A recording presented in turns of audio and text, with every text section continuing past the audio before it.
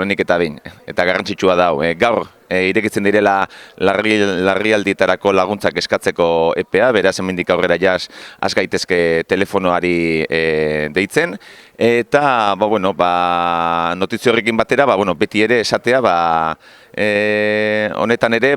segun eta zer dutan hartzen diguten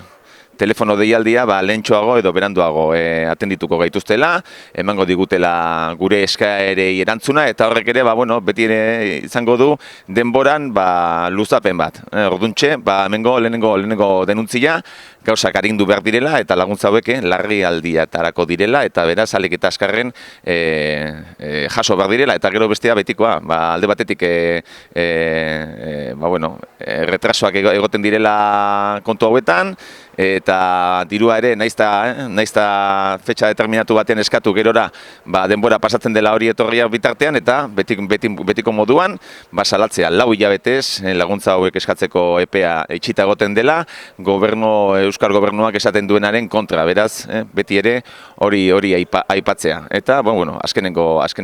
aipamena, diruari iso, geroz eta jende gehiago eskatzen ditu laguntza hauek, eta geroz eta diru gutxiago ematen da eurentzako. Beraz, udaletxeari gogoratu, euro bakarrik ezin direla bizi, besteok ere badugula eskubidea bizitzeko.